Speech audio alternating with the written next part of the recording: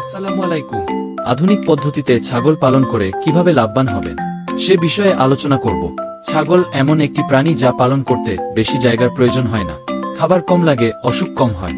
তাছাড়া ছাগল একসাথে 3 থেকে 4টা বাচ্চা দেয়, যেটা খুবই লাভজনক। এজন্য ছাগলকে গরিবের গাভী বলা হয়। একটি ছাগল সর্বপ্রথম 6 থেকে 7 মাসের মধ্যে বাচ্চা ধারণ করার ক্ষমতা অর্জন করে। সুতরাং ছাগল পালন খুবই লাভজনক।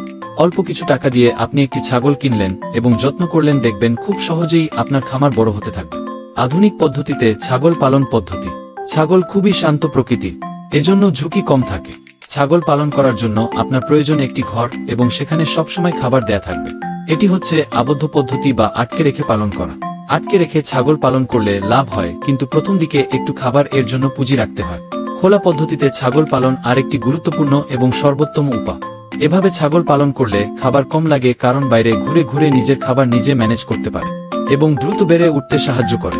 এছাড়া আপনার প্রয়োজন রুটিন মাফিক ছাগল এর খাবার খাওয়ানো, ঘর পরিষ্কার রাখা, গোসল করানো। মোটামুটি এগুলো করলেই আপনি ছাগল পালনে সফল এবং লাভবান হতে পারবেন। ধন্যবাদ চিন্তালয়ের সাথে থাকার জন্য।